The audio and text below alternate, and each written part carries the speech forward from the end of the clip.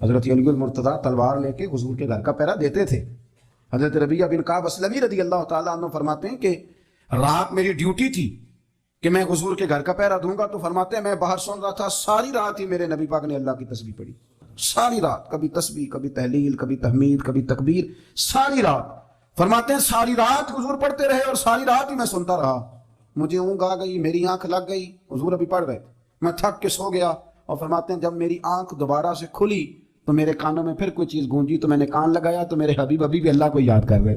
ساری رات حضور رب کی عبادت کرتے. اسی لیے تو کہا یا ایھا المزمل قم اللیل الا قلیلا, ابھی ساری رات تو نہ جاگا کر, تھوڑا آرام بھی کر لیے گا.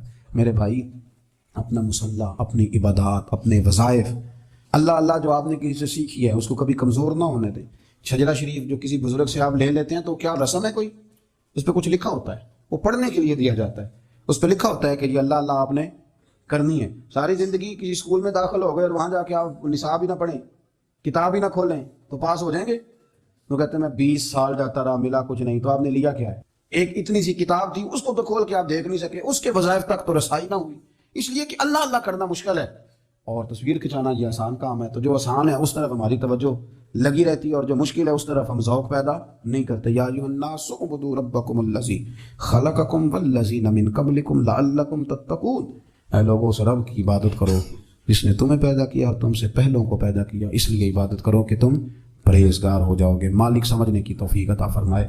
نبی پاک صاحب الالاق سید عالم صلی اللہ علیہ وسلم نے فرمایا کہ ایک شخص رات کو ارادہ کر کے سویا تھا کہ سویرے تہجد پڑھوں گا. ایک تو وہ ہے جس کا ارادہ ہی کوئی نہیں, فجر پڑھنے کا بھی ارادہ ہی نہیں, سرے سے پروگرام ہی نہیں.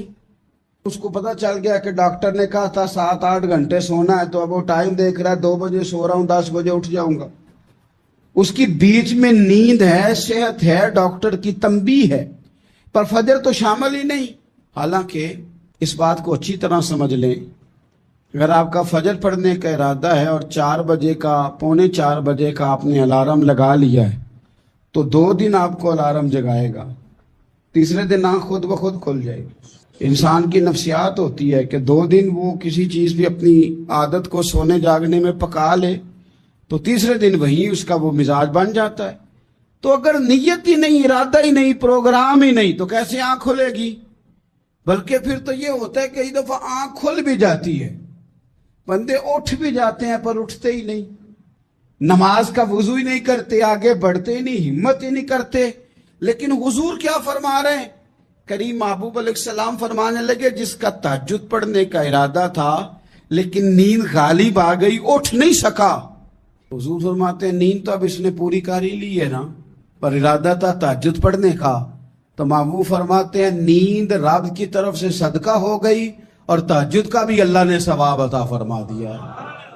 ارادے صاف کرے, پکے کرے, نیتیں کھری رکھے, نیت صاف رکھے, اخلاص پیدا کرے, تو پھر تو گھر میں بیٹھے بیٹھے بڑی نیکیوں کا ثواب ملتا ہے. پھر تو اپنے گھر کے اندر موجود رہنے پر بھی اسے بڑے بڑے لمبے سفروں کا ثواب ملتا ہے.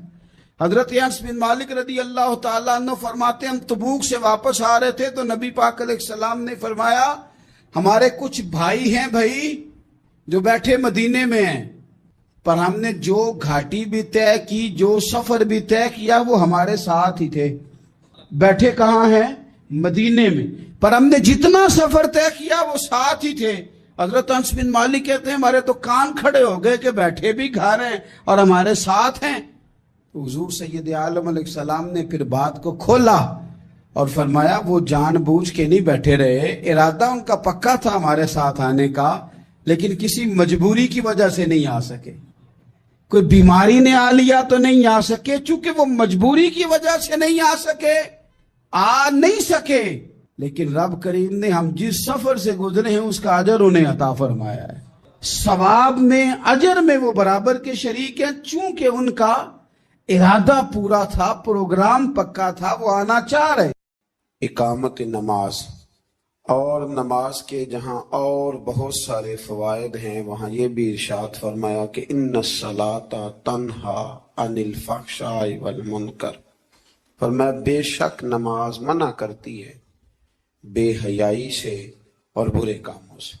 نبی رحمت علیہ السلام کی خدمت میں عرض کیا گیا تھا کہ یا رسول اللہ صلی اللہ علیہ وسلم، ایک شخص رات کو نماز پڑھتا ہے پر سویرے چوری بھی کرتا ہے. ہم تو بڑی جلدی کہہ دیتے ہیں نا کہ کیا فائدہ اسے اس کی نماز کا، کیا فائدہ اسے اس کی عبادت کا.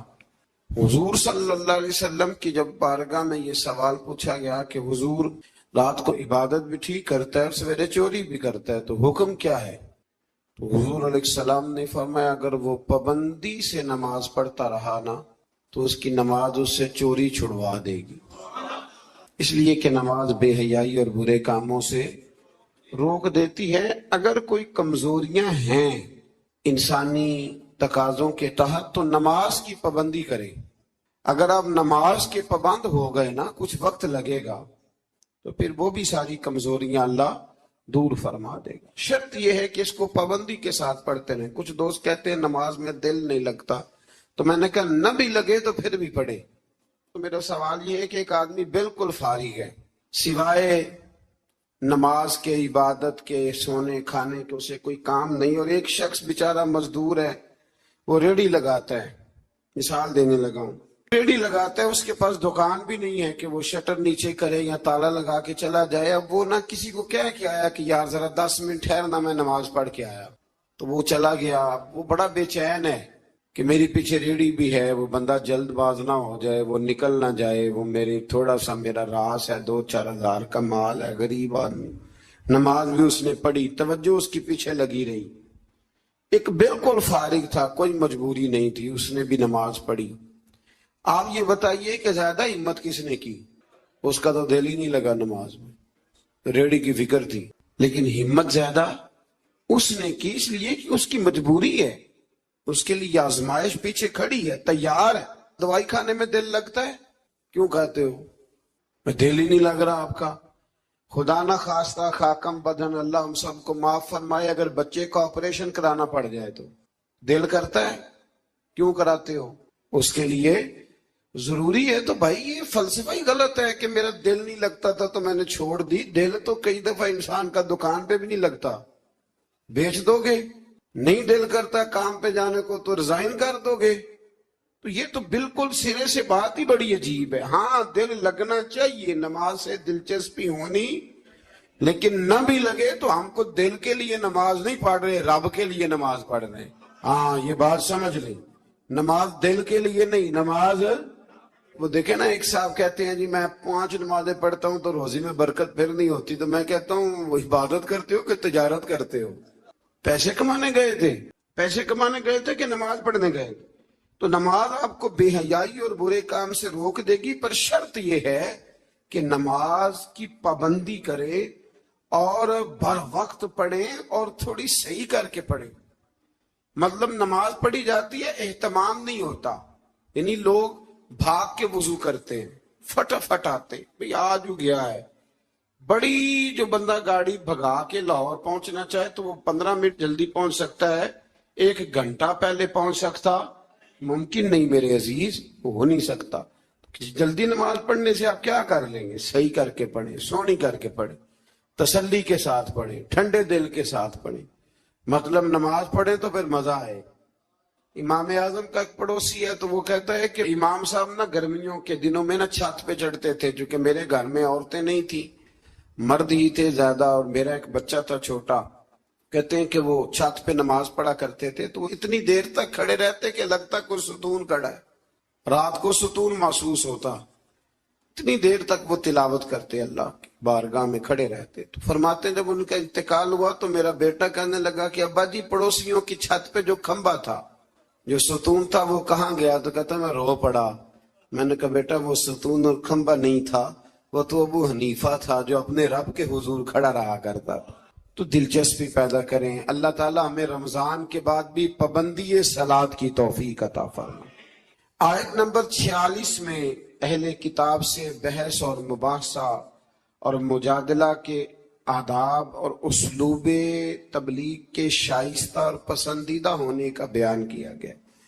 جب آپ تبلیغ کریں تو آپ کے جملے بڑے شستہ ہونے چاہیے، صاف ستھری بات آپ کریں.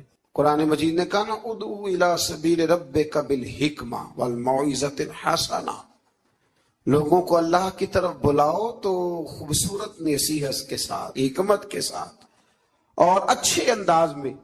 اب تو اللہ تعالیٰ معاف کرے، کبھی کبھی سوچ میں پڑ جاتے ہیں کہ یہ مطلب کیا ہو رہا ہے۔ یعنی اب مولوی کے نام کے نیچے لکھا ہے فنی مولوی، مولوی کے نام کے نیچے لکھا ہے، اور اس کو دیکھنے والوں کی تعداد لاکھوں میں ہوتی ہے، کہتے ہیں یہ مولوی فنی ہے۔ بھئی آپ تھوڑا سمجھیں، مسجد میں تو جو آدمی زیادہ ہنستا ہے اس کی قبر میں اندھیرا ہوتا ہے۔ آپ یہ کیا کر رہے ہیں؟ ہاں کوئی بات ایسی آ جاتی تھی تو اللہ کے نبی بھی مسجد میں مسکراتے تھے، حضور بھی مسکراتے تھے، صحابہ بھی مسکراتے تھے، اور صحابہ کہتے ہیں حضور جب مسکراتے تھے تو دانتوں سے نور نکلتا تھا، مسجد نبی کی دیواریں بھی چمک اٹھتی تھی۔ لیکن یہ مطلب مولوی کو اس لیے بلانا کہ وہ لطیفے سنائے گا، وہ طنز و مزاح کی بات کرے گا، تو آپ نے کیا فرق رکھا مسجد میں، اللہ کے گھر میں اور دیگر جگہوں پہ؟ آپ ذرا سمجھیے اس بات کہ وہی بات جو قرآن نے کہی کہ لوگوں نے دین کو کھیل تماشا بنا لیا ہے، معاذ اللہ، لوگوں نے کھیل تماشا سمجھ لیا ہے، تو کس طرف مطلب قوم لگ گئی ہے، اور بڑا بڑا عروج ہے اور بڑی بڑی باتیں ہیں، بیچ میں ہے کیا کہ لطیفے سنائے جا رہے ہیں اور داستان سرائی ہو رہی ہے اور کہانیاں ہو رہی ہیں، اور قوم ہے کہ وہ اس پر لگی ہوئی اچھی نصیحت، خوبصورت جملے۔ میرے رسول کریم علیہ السلام کے غلام کہتے حضور جنت کا ذکر کرتے تھے تو یوں لگتا تھا ہم جنت کی سیر کر رہے ہیں، حضور دوزخ کی بات کرتے تو ہمارے خوف سے رونگٹے کھڑے ہو جاتے، اور حضور قیامت کا ذکر کرتے تو یوں لگتا کہ نکل کے باہر جائیں گے تو قیامت آ جائے گی۔ یہ انداز تھا حضور کا بات کرنے کا۔ تو لہذا بڑی شستہ، بڑی صاف ستھری اور بڑی میٹھی اور بڑی ٹھنڈی بات کریں۔ دین کی بات جب آپ کریں تو پھر اس میں حسن چھلکے۔ عام آدمی اور دیندار آدمی کے لب و لہجے میں فرق ہونا چاہیے، اسے سمجھنا چاہیے۔ اللہ توفیق عطا فرمائے۔